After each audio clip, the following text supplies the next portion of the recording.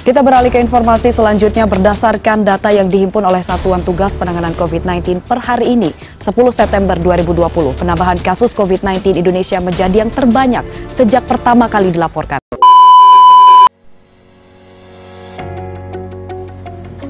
Kalian sering berpergian menggunakan masker di masa pandemi ini. Apakah sudah benar penggunaannya? Yuk, kita simak info berikut ini.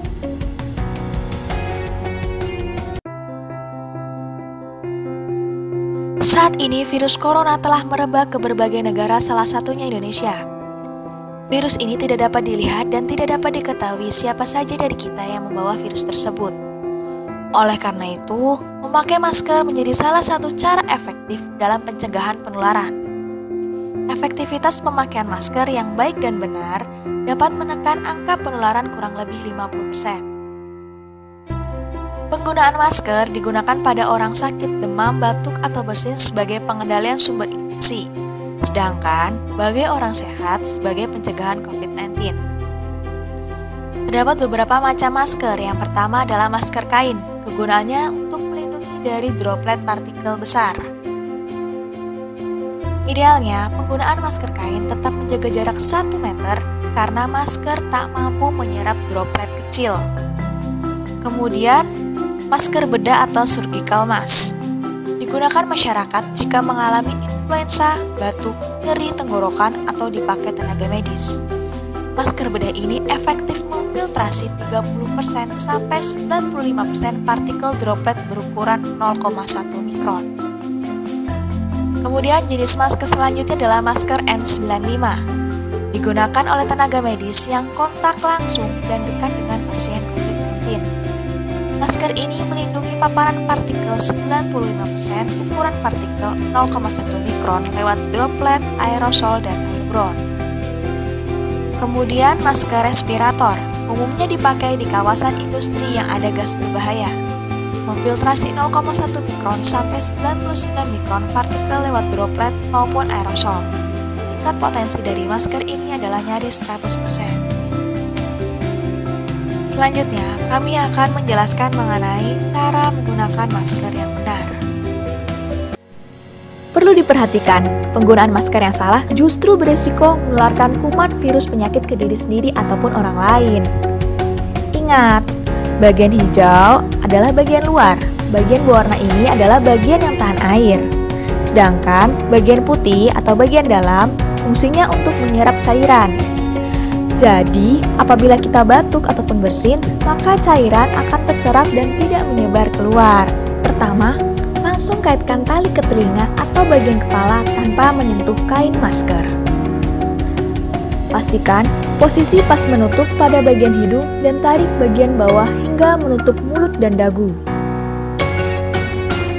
Masker yang tidak terpakai, buang ke tempat sampah untuk mengurangi penyebaran virus, kuman, dan penyakit. Eits, gak ada salahnya. Sebelum dibuang, masker dipotong-potong atau digunting terlebih dahulu untuk mengurangi penyalahgunaan pemakaian ulang masker. Jangan pakai masker berkali-kali, satu masker untuk 1 hari saja. Pastikan ketika kita melepas dan menggunakan masker, kondisi tangan dalam keadaan bersih.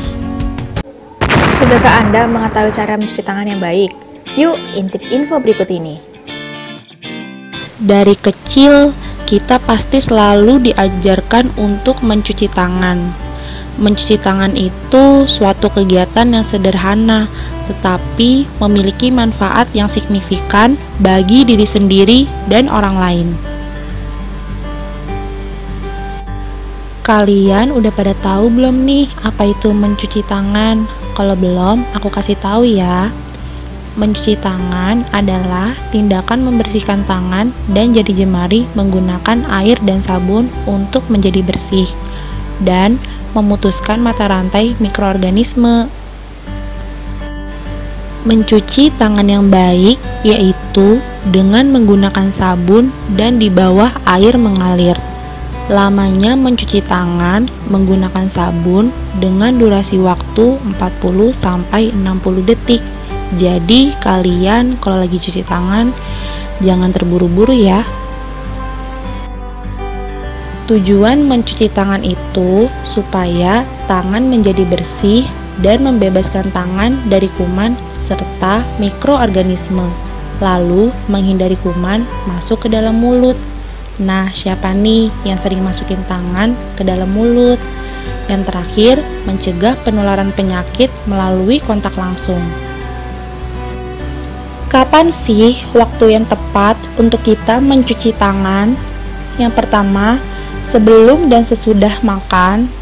Yang kedua, sesudah dari kamar kecil. Yang ketiga, sesudah memegang benda, kotoran, dan uang. Yang keempat, sebelum memegang bayi. Yang kelima, sepulang dari berpergian. Yang keenam, setelah batuk, bersin, atau membuang lendir dari hidung. Yang ketujuh, sebelum dan setelah memegang hewan. Dan yang terakhir, sebelum dan setelah menyentuh orang sakit. Dengan mencuci tangan dapat menghindarkan kita dari berbagai penyakit. Penyakit apa aja sih yang dapat dicegah dengan mencuci tangan? Yang pertama, sakit perut, diare, tipes, ispa, dan yang terakhir, pencegahan virus corona.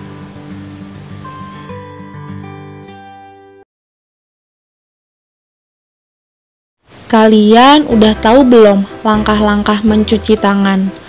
Kalau belum, yuk aku kasih tahu. Nah, langkah-langkah mencuci tangan adalah: sebelum memulai mencuci tangan, jangan lupa ya, basahi tangan kalian terlebih dahulu dengan air. Setelah itu, tuang sabun pada telapak tangan, kemudian gosok kedua tangan dengan arah memutar. Lalu, gosok sela-sela jari tangan hingga bersih. Selanjutnya, usap dan gosok juga kedua punggung tangan secara bergantian ya. Berikutnya, bersihkan ujung jari secara bergantian dengan posisi saling mengunci. Setelah itu, gosok kuku-kuku tangan secara bergantian. Selanjutnya, gosok kedua pergelangan tangan secara bergantian ya. Kemudian, bilas dengan air mengalir dan pastikan tidak ada sabun yang tertinggal.